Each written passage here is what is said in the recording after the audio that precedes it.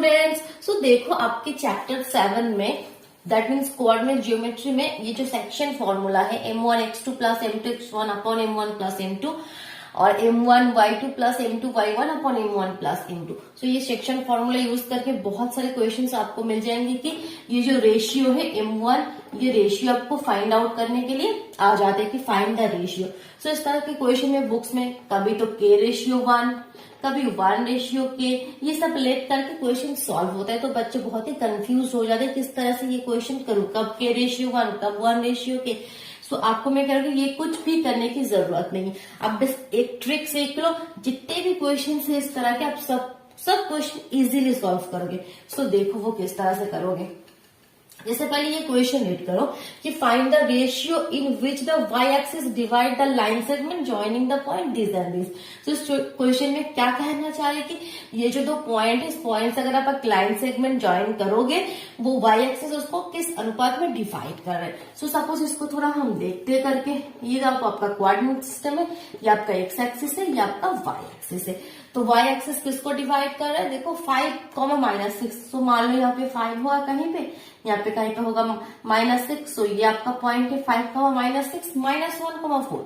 मान लो यहाँ पे -1, नीचे ही होगा आपका -4। सो ये पॉइंट हो गया -1, 4। तो इसको आप ज्वाइन कर दो, ये देखो ये लाइन सेगमेंट हो गया।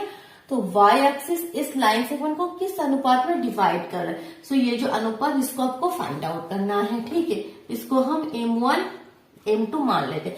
आपको k1 कुछ भी लेट करने की जरूरत नहीं है, हम सिंपल यहाँ पे क्या मान लेंगे कि ये जो रेशियो है ये m1 रेशियो m2 है। सो इस तरह के क्वेश्चन आप सॉल्व किस तरह से करोगे, देखो ये रेशियो अगर m1 m2 है और ये कोऑर्डिनेट हमें पता है, ये x1 y1, ये x2 y2। सो हम ये जो पॉइंट है, इस पॉइंट को अगर हम P मान लेते तो इस पॉइंट का कोऑर्डिनेट हम सेक्शन फॉर्मूला यूज करके इजिली फाइंड आउट कर सकते। तो पहले देखो ये कर लो कि ये जो पॉइंट P है, अब जो लेट करना है वो आप थोड़ा लिख लेना। अब ये जो पॉइंट P है उसका कोऑर्डिनेट में एकदम आपको निकाल के दिखा रहे, ठीक है। Coordinate of P, coordinate of P क्या होगा, हमारा जो फॉर्मूला है वो यूज करो। पहले m1x2 क्या है 5, m1x2 प्लस m2x1। m2 कहाँ है हमारा, m2 तो m2 है, x1 क्या है -1, okay, m2x1 upon m1 plus m2। और ये कोऑर्डिनेट क्या होगा m1 y2 क्या है -6, that means m1 into -6 plus m2 y1 क्या है -4, y2 है -4, that means m2 into -4 upon m1 plus m2, ठीक है। सो दैट मीन्स आपका ये जो हुआ ये आपका P, ये जो P पॉइंट है इसका कोऑर्डिनेट हमारे पास आ गया, ठीक है। अब तो इसको थोड़ा सॉल्व कर लो। पहले क्या हो जाएगा, ये 5m1 -m2 upon m1 plus m2 और ये हो गया आपका -6m1 -4m2 upon m1 plus m2, ठीक है। अब देखो, अब यहाँ पे जो आपका मेन कंसेप्ट क्या है, ये जो पॉइंट है जिसका कोऑर्डिनेट हमने फाइंड आउट किया y एक्सिस के, ये y एक्सिस के ऊपर भी है ना, क्योंकि y एक्सिस ही तो इसको कट कर रहा है। ये जो पॉइंट है, जो इस लाइन के ऊपर जो पॉइंट P है वो तो y एक्सिस के ऊपर भी है। दैट मीन्स ये जो पॉइंट का कोऑर्डिनेट है ये पॉइंट इस लाइन को भी सेटिस्फाई करेगा। दैट मीन्स ये जो y एक्सिस के इक्वेशन में अगर ये पॉइंट हम पुट कर तो वो भी सेटिस्फाई करेगा। सो y एक्सिस का इक्वेशन क्या होता है, ये क्या आपको पता है। y एक्सिस का इक्वेशन क्या होता है, y एक्सिस में क्या होता है, y एक्सिस में x का वैल्यू क्या होता है, ये आपका y एक्सिस है तो x का वैल्यू क्या, x का वैल्यू 0 है।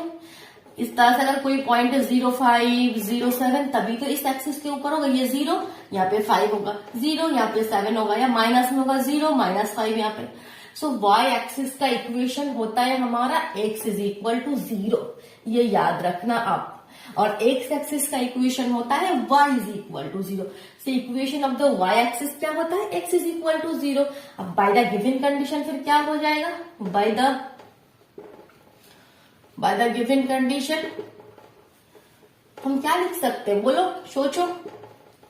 Bye the given condition. तो ये इसका इक्वेशन है y एक्सिस का। सो देखो आप यहाँ पे ये जो पॉइंट है इसको यहाँ पे हम पुट कर सकते हैं, क्योंकि ये जो पॉइंट है ये y एक्सिस के ऊपर है, तो ये पॉइंट इस इक्वेशन को सेटिस्फाई करेगा। दैट मीन्स यहाँ पे तो y नहीं है, तो हम ये जो वैल्यू पुट करेंगे, y तो पुट करने का जगह है ही नहीं, x इज इक्वल टू 0, तो ये जो x का वैल्यू है ये हम यहाँ पे पुट कर। So by the given condition x की जगह हम क्या लिख देंगे, 5m1 minus m2 upon m1 plus m2 is equal to 0। देखो कितना इजी आपका आ गया m1 रेशियो m2। सो बस इसको सॉल्व करो, ये क्रॉस मल्टीप्लिकेशन करोगे तो ये नीचे वाला टर्म तो 0 हो गया, 5m1 is equal to m2। अब रेशियो लेकर आओ, m1 upon m2 is equal to 1/5, 1/5। That means आपका क्या हो गया, m1 ratio m2 is equal to 1/5। So ratio क्या हो गया, 1:5। देखो अब ये देख के भी समझ में आ रहा है, हमारा इस जगह पे था तो ये 1 ही होगा, और ये देखो ये ज्यादा है तो ये 5 ही होगा। सो 1:5।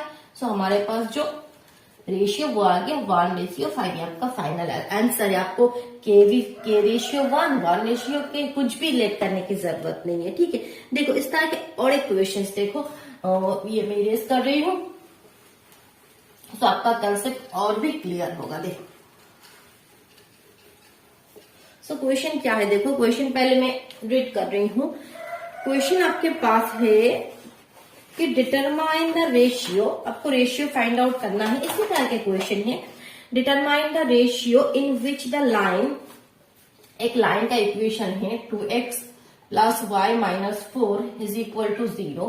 कह रहे कि determine the ratio in which the line divide the line segment joining the point.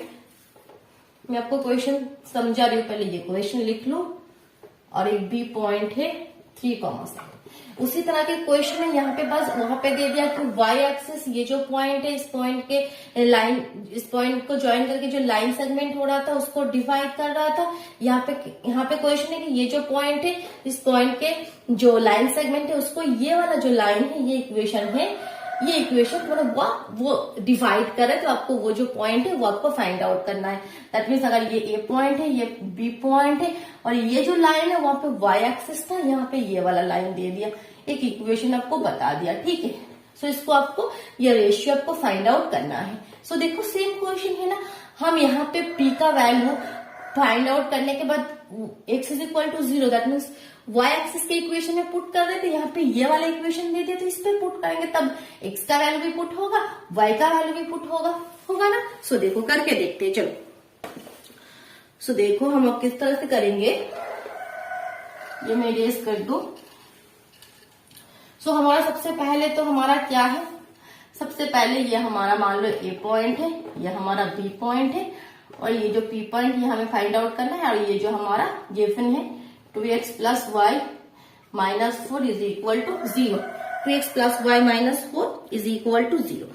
अब देखो, सो सबसे पहले तो जो लेट करना था वो लेट कर लेना।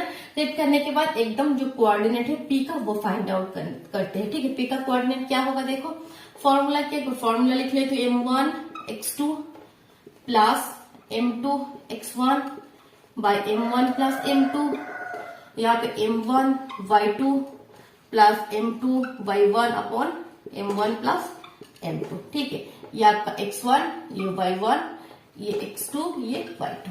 अब वैल्यू पुट करते हैं। सो क्या होगा, m1 x2 का value 3 into 3 plus m2 x1 का value 2 upon m1 plus m2, ठीक है। अब y में देखो, m1 y2 का वैल्यू 7 प्लस m2 y1 का value -2 upon m1 plus m2, ठीक है। सो ये थोड़ा और सॉल्व करो, that means 3m1 plus 2m2 upon m1 plus m2, और यहाँ पे हो गया 7m1 minus 2m2 upon m1 plus m2। यही तो हुआ। अब इसको आपको किसमें पुट करना है, क्योंकि ये जो पॉइंट है वो, ये जो लाइन है इसके ऊपर भी है, तो ये पॉइंट इस लाइन को भी सेटिस्फाई करेगा। सो ये जो x और y का कोऑर्डिनेट है वो हम यहाँ पे भी पुट कर सकते हैं। सो देखो हम पुट करते हैं, ये रेस कर देती हूँ, देखो। सो दैट मीन्स क्या हो जाएगा फिर 2 इंटू 2 इंटू हो जाएगा 3m1 plus 2m2 upon m1 plus m2 हो गया। यहाँ पे हो गया आपका प्लस y तो y है, that mean 7m1 minus 2m2 upon m1 plus m2 minus 4 is equal to 0। अब इसको सॉल्व करके आपको m1 ratio m2 find out आपको करना है। ठीक है, सो देखो किस तरह से हम कर सकते हैं। सबसे पहले क्या करना है, देखो सबके नीचे m1 प्लस m2 इसको आपको रिमूव करना है डिनोमिनेटर। सो पूरी इक्वेशन को m1 प्लस m2 से मल्टीप्लाई कर देते।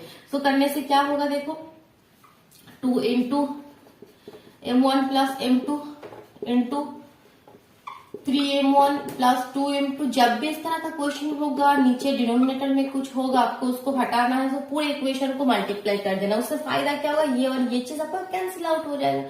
सिमिलरली इसमें भी m1 प्लस m2 से मल्टीप्लाई करो, तब मल्टीप्लाई करोगे m1 minus 2m2 upon m1 plus m2। ठीक है, सो मल्टीप्लाई जब करोगे तो हमारा फायदा क्या हो रहा है, देखो